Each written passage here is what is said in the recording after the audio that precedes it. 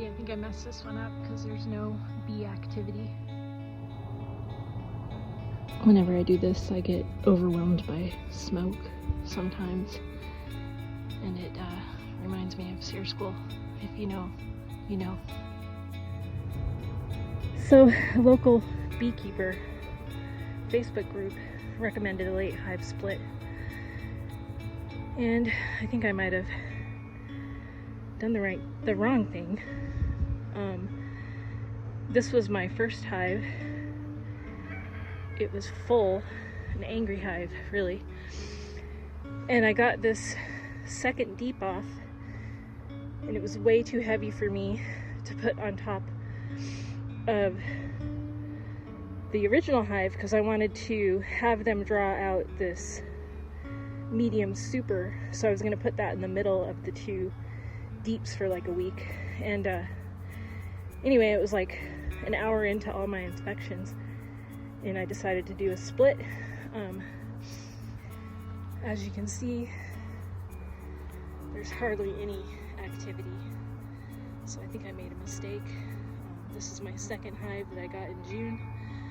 The first one I got in May, and this one's doing pretty good too.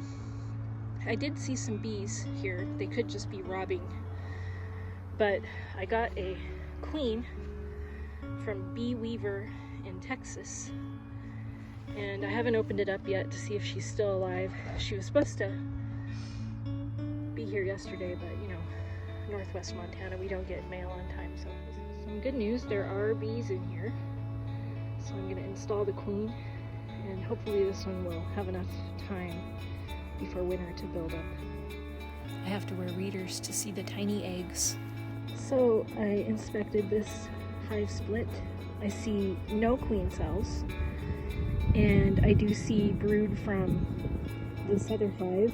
Some of it is hatching. I see no eggs, so I think we're on track. I'm gonna figure out how to install the queen. This honey is out of control over here.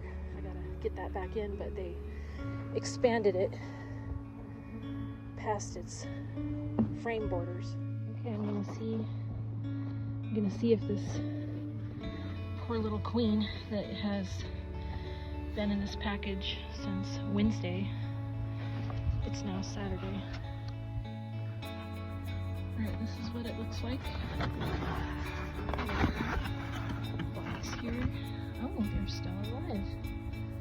Hey. Oh, yes, she has a dot on her back, a blue dot. So I will be able to hopefully see her when I do a hive inspection.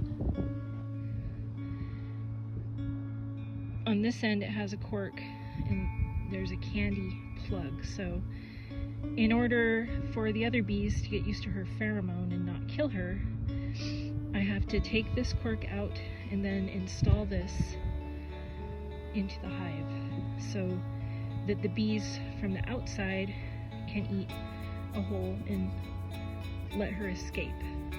This is a bit of a dilemma.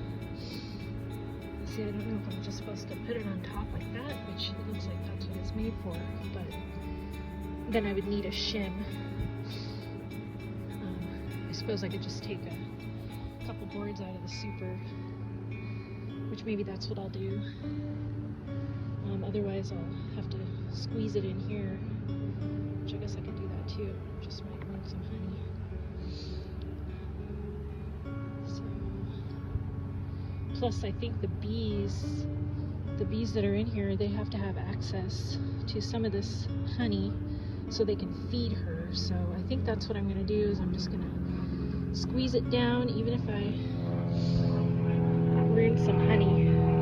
So I squeezed it down in there, and there's space on the side where the screen is so that they can breathe, and already the bees are finding her.